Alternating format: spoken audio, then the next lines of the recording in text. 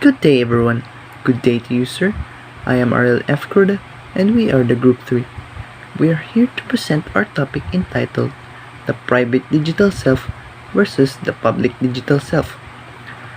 In order for us to understand this topic truly, we must set these objectives in our minds.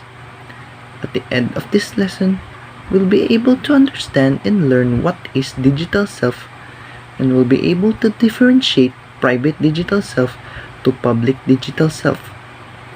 But before we tackle about what is digital self, let us first define what is cyberspace. Cyberspace refers to the virtual computer world, or more specifically, an electronic medium that is used to facilitate online interaction. In other words, it is some kind of digital environment in which communication over digital networks occurs.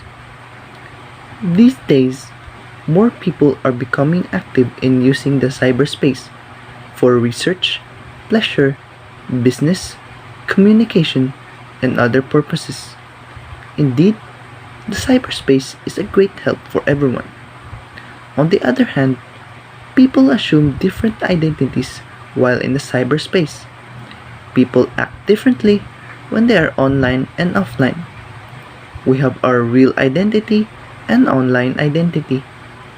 This is may caused by spending a lot of time in social media, and it may start to influence our personality in cyberspace. For example, if you expose yourself to posts that are full of gratitude, full of happiness, and full of goodness, then you are more likely to show these attitudes in your digital life. Example, you can be more grateful or you can be happier because those are the things that you see or being shared in social media, and those are the attitudes being endorsed by your friends. On the other hand, if you expose yourself to hatred, if you expose yourself to anger, if you expose yourself to negative messages, then maybe you're also going to embody those emotions, and you're also going to be impulsive in the way that you display anger and emotions because you see that these things are being allowed online. So maybe you will think that, so if this is allowed in this platform, then can I be like this towards myself in this digital world? That is where you develop your another aspect of yourself, or what we call the digital self. So, what is digital self? Digital self refers to anything that describes the persona and an individual that presents across all the digital spaces that he or she represented in.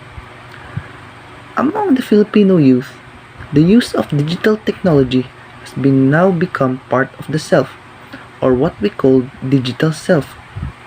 The digital self can also be described as the aspect of the self that is expressed or shared with others through online interactions on the cyberspace, specifically in social networking sites. On such sites, users normally disclose personal information such as their name, age, birth date, address, and contact details. Some users also provide very personal information about themselves, such as their likes and dislikes, hobbies, favorite food, favorite movies, places they have visited, relationship status, thoughts and feelings, and important events in their lives. This sharing of personal information on social media platforms may be related to the strong desire of the adolescents for social approval and acceptance. Similar can be said about adults. So, for us to further understand what is digital self is all about, this is where the next reporter comes in. Hi, I'm Vince Paragele from Group 3, and I'm going to talk about what is online disinhibition. So when we say online disinhibition, you have a tendency to have a lack of restraint when you're communicating. Online, or in other words, You can say things online that you cannot say in real life, because in online or in cyberspace, we know or you know that your parents will not be able to see what you post or shared in social media. Also, you know that teachers will not be there to correct what you say, or your teachers will not be there to react to what you post or shared. So, online disinhibition is something we should be conscious about. We need to be aware of what we are doing, especially in cyberspace. So, what are the examples of online disinhibitions? So, there are two major types of online disinhibitions. These are benign and toxic. So when we say benign disinhibitions, these are disinhibitions that are healthy. For example, in online you can speak about your emotions, your fears, and wishes, and perhaps this person cannot talk to his parents about his or her emotions. That's why he showed these emotions through online, hoping that someone out there will be responsible enough to hear his or her messages and talk to him. It is sometimes helpful rather than destructive, and sometimes we also share our fear, and I hope that people will not take advantage of others when they show their fear online. We also share our dreams, like our dream places, car, destinations, or what you want to do in life. And people will show their support, especially if your friends are responsible enough and not that toxic types of friends online. Social media also shows us kindness and allows us to help others. For example, you want to spread awareness about mental health and mental illnesses by sharing an online infographic or share some materials from reliable sources, especially this day when it's pandemic. At least we can help in this way through sharing in social media. You can also show kindness by starting or joining a campaign actively, not just by in social media. Other than that, we can also combat or cope loneliness through online interactions. So don't always think that Facebook, Twitter, or any other social media platforms are negative, because for people this might be their only way to cope or combat loneliness. For example, what if the person is in abroad, he'll miss his family, or alone in his or her place? Then how are they supposed to relate to other people? So that's their only way of connecting to each other and finding emotional support, especially us, we seafarers, future seafarers. So this is what we call a healthy type of disinhibition, or or what we call benign disinhibition. Thank you for listening. And as for the toxic disinhibition, the next reporter will tackle about this. Thank you. So, good day, cadets. Today we'll talk about the toxic disinhibition.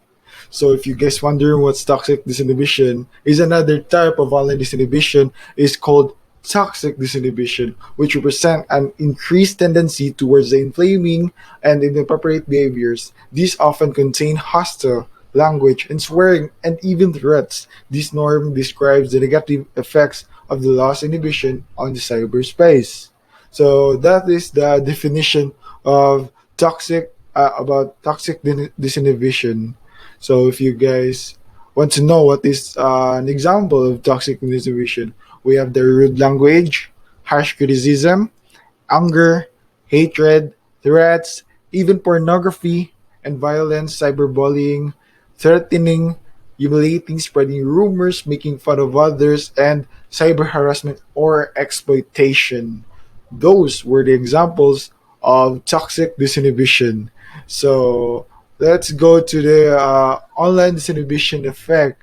So the effect of it, guys, is that online disinhibition effect is defined as the tendency for people to feel unrestrained in the online settings and therefore conduct themselves differently than the way they would in offline settings. The online disinhibition is closely related to specific nature and traits of online media, such as dissociative anonymity, invisibility, synchronicity, simplistic, astrogec- as astrojections, dissociative or dissociative imagination, and minimization of status authority. So these unique characteristic of online environment distort individual users' perception, existence, and presence and hinder the ability of individuals to construct and communicate their significant identity. The notion of this location is due to the mediated settings of the online environment is essential to the comprehension of the online disinhibition. So online users are likely to dissociate themselves from any recurring identities or hold only temporal identities which they considered negligible. So accordingly, toxic disinhibition, commonly including profanity and vulgarity, uh, have often flourished as the user do not care their impression to others how they are evaluated. Thus, we set our main independent variable to examine if IT artifacts can complement the dissociative nature of online environments. We believe that providing gamers with game elements that improve alternative game will technology will develop and different sense their online social presence, which consequently reduce the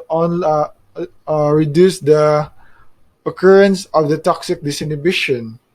So how we can manage toxic disinhibition. So guys, for me, guys, be careful about what you share. Before you share, try to look at the comment first or try to look at the reactions. So let's have an example. What if you shared something negative about mental illness? Then it's something that will not well received by the people around you. So so be careful what you share and post. There's a lot of people will react immediately or misinterpret what you say that will influence how they see you as a person in online or offline. So that's it, guys. Thank you. Self-presentation. So what is self-presentation? Self-presentation is the process where people are able to present themselves online in the manner that they want to. It is how we perceive ourselves, whether that be in front of others or when we're alone. The fascinating things about people is how different our self-presentation can be. How we behave when we are alone can contrast to how we behave around others. Why do we behave differently? It's partially due to something called the comfort zone. While you might make your own decision about what comfort zone means to you, generally, our comfort zone is the states that where we feel as though we can do whatever we want while not being criticized or dealing with anxiety. It can be divided into a zone of privacy or a zone of familiarity. In the zone of privacy, we feel alone and secure with no one to judge us or watch us. In the zone of familiarity, we feel secure and have a sense of comfort and trust with the people around us.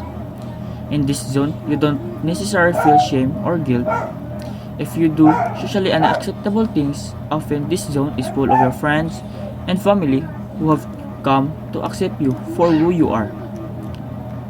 Feelings such as embarrassment, anxiety, or shame come with your out of your comfort zone. These zones like to dictate how we present ourselves. Knowing which zones you're in is very important when it comes to physical interaction with another person. People are connected with the impression they give to other. For example, if a couple were to fight all the time in the private zone of their own home, they will most likely not do that in the public. This way, it does not draw unwanted attention to them, and it gives more positive impression. This is a form of self-presentation. So, in connection to self-presentation is a set of methods and strategies we use selectively to apply in situations to shape and enhance or change our self-image to others. This self-presentation can show the real of us or how we present ourselves in public or in a private. Consider this scenario. The way you communicate with your classmate who you are not close with through online platforms will greatly differ in how you communicate with your close friend. In chatting with your classmate, you'll be greeting them respectfully to make sure that they won't be offended. However, when you're chatting with your close friend, you'll instead chat them with brazenly and sometimes use the nicknames you two have and curse them with no harm intended. Sometimes your personality will change according to who you are communicating with. This can be conscious or unconscious. So, types of self-presentation. There are different types of self-presentation. The self-promotion, the integration, the exemplification, the intimidation, and the supplication. So, first is the self-promotion. We have what we call self-promotion. A behavior most people do is a self-promotion. This means that you'll boost your awards of your positive traits and disregard your failures and negatives.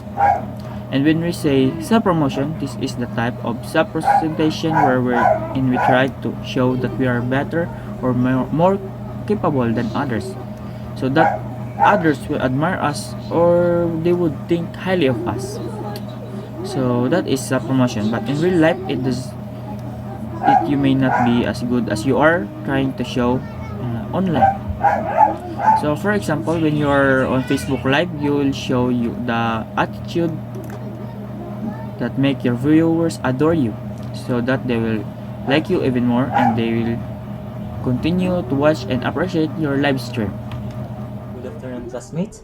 So I am Rheymart Flores. So I am here today, and I'm going to talk about my topic, and it's all about negotiation. So negotiation is someone who tries to win the approval or acceptance of another. So negotiation is that idea of getting other people to like us and give us social influence by agreeing with them and doing sort of things that make them to like us, or buying them coffee, hanging out with them, or giving a listening ear, all those sort of things. So but negotiation is actually an intentional by a social influence powered by the use of action, and it uses the reciprocity principle to like the other ones. So but in slightly different way by appearing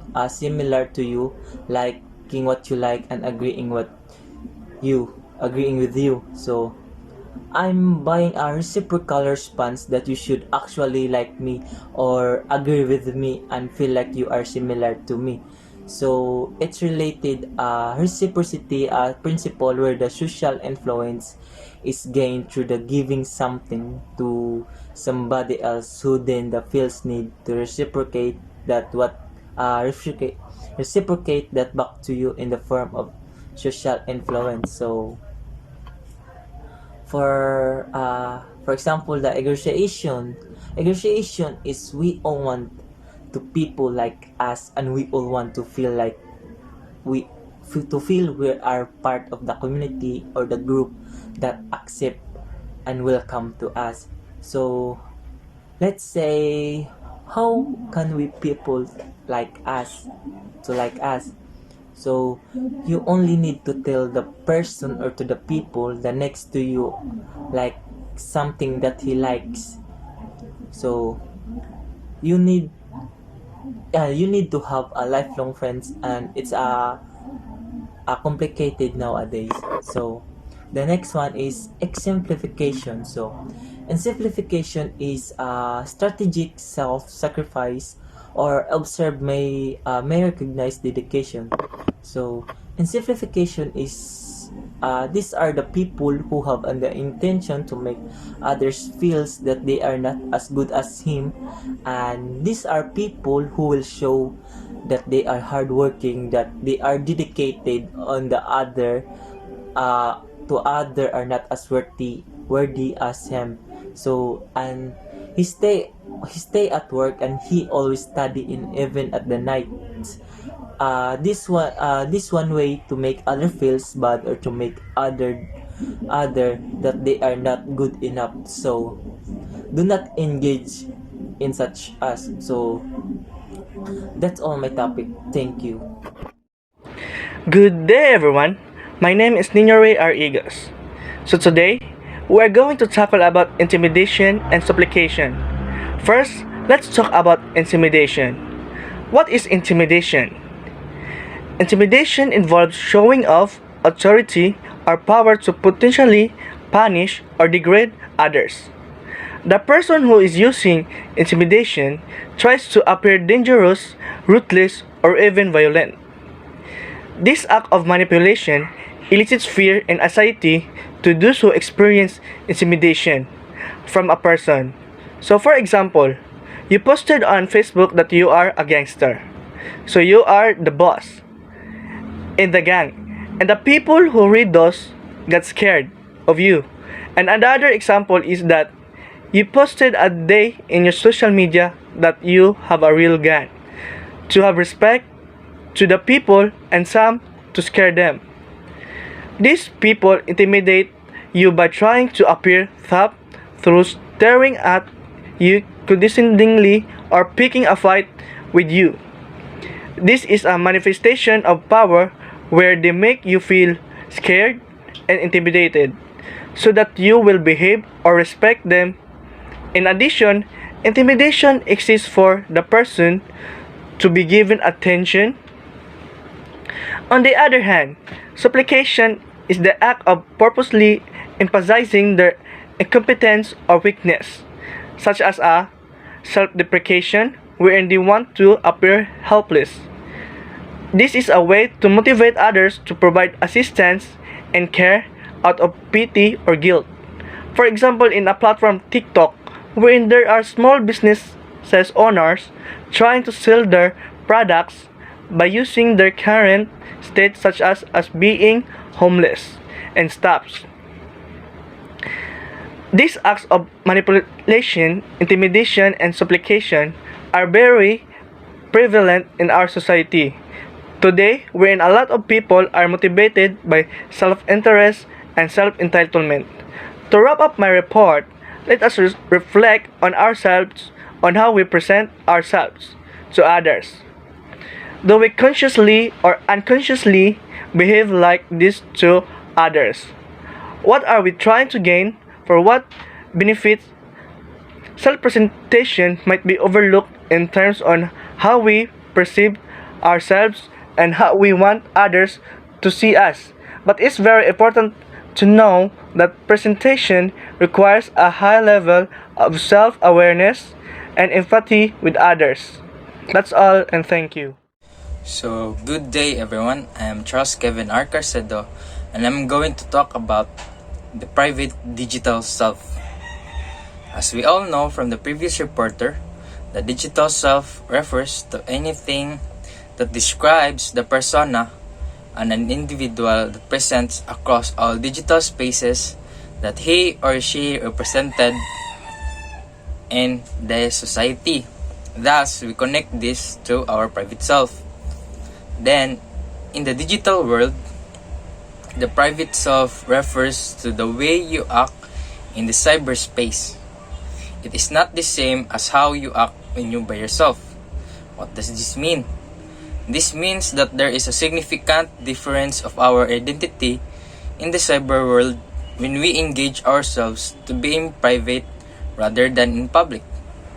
So, your private self is who you truly are. Being private in a digital media means that we create our world wherein we are free to express our real personality because there are no other people who are watching us. So it is us only. Thus, we make ourselves comfortable by expressing our personal emotions, morals, that is, we hide from everyone else in the media platforms or digital platforms. So, let me give you a simple example. So, first, an example of a private digital self that is very common in today's generation is having Twitter accounts. So, most of us has Twitter accounts or others. So, if you know what is Twitter, then this is very relating to you. So, having a Twitter account wherein there are only close friends you have in that can see your post, or no one can see your post, you're just making the account for the sake of expressing your thoughts. So the Twitter is the place wherein the teenagers or students express themselves freely, like they rant on their specific problems that they are currently going through in their life. So what is the connection with the private digital self? Simple. It shows the real self, because without hesitation, they begin to show what they are, unlike in Facebook, like that is a public app man, so they feel pressure or afraid to show who they really are because of the people surrounding them, that they might judge them for the post that they created. So in order to release the emotions or negative energy without relying on the other people's judgment, most of the teenagers or students reveal their true self by tweeting in the Twitter or any media platforms that no one can disturb their private life. So we get to understand the private digital self by having this example. So another example is that you as a person or another person is being shy or afraid of an opinion that is rejected by the society. So in a situation, for example, political issues today, if you are a BBM or a Lenny, then most of the people around you are opposite than your political stand. Then if you speak in front of them, you feel conscious or afraid of what to say towards them. So for you to freely speak about a certain issue, you will go to an app that is private, that in that app, for example, Twitter is the most common app, that is popular app. So you tweet about your opinion. And since that place is a private forum, no one can judge your whole self for that issue. In that way, you make yourself freely. You can express your emotions in a genuine way, and in that scenario, you can express your true self. In that, we can say that it is a private digital self. So this is important to know that private digital self is also applicable to any digital platforms, wherein you get to feel free for yourself without restraining your actions you want to happen in the cyber world. So there is also an advantage of having a private digital self. So the advantages of being in a digital world is that we are very comfortable. We have the freedom of expression. We do not rely on opinions and on others, and we are genuine towards ourselves. So we get to know that this is very important. So this is very important, especially for ourselves, since it will be our comfort zone in this digital media, wherein since most of the social media today is very toxic, that a single mistake can destroy your whole reputation that is controlled by the netizens. Yeah, as we all know that. So having the private digital media in ourselves is also comforting. So it is a safe place for us, in short. So this is also related with how we present ourselves, or self-representation that is talked by the previous reporter. So wherein it is our choice on what to show to others, and that is the way from who we are, thus the private digital self is created. So it really depends on ourselves on what we show to the other peoples, rather than we keep it private. That's all, and thank you. So hello once again, I'm Ezra Joseph O. Batuigas. So for today, we're going to explain further the counterpart of our private digital self, which is the public digital self.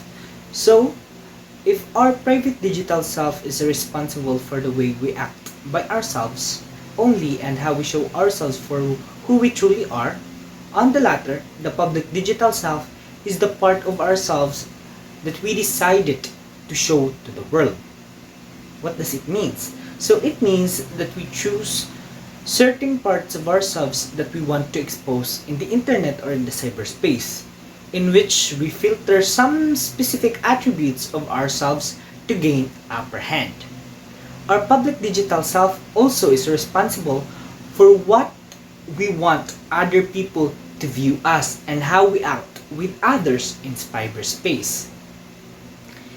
The most prevalent social media platform that I can explain that I can example in this situation is the Facebook app, in which it is the most common social media platform being used by most Filipinos. Therefore, Facebook mostly knows ourselves that we expose in cyberspace. An example for how we show our public digital self in this platform is the way we share some posts and upload some posts. I know most of us can relate to this. For example, you will share or post some anime contents. So what does it mean? This means that you would like to inform the public or your FB friends that you are an otaku or an anime lover. Another example, you will share or post some gaming contents, and this shows that you are a gamer or a person who likes to play online games. Another, you will share or post some arts or artworks. This means that you are a type of person, or you would like to inform the public that you are an artist or a person who really likes art. There are a lot of advantages in showing our public digital self, such as our community or our FB friends are well aware for what type of person we are. Thus, they know the things that we like and dislikes. Also, by showing our public digital self, we can gain confidence since we freely post or share some contents that can makes us happy. But we should bear in mind that we should be careful on what we expose in the internet or in the cyberspace nowadays. It is because every little details can be used against us to harm or cause us any damages. Example for this is the issue of those identity thieves, in which they steal our identity and use it as their own. Some may indulge in illegal activities and your identity will be on the line. That's why we should evaluate our every actions in the cyberspace for us to be safe. And lastly, we should always bear in mind that the internet doesn't forget. So that would be all for the topic of the private versus public digital self. I hope you learned something, and thank you for listening and watching up to this video. See you next week. Bye!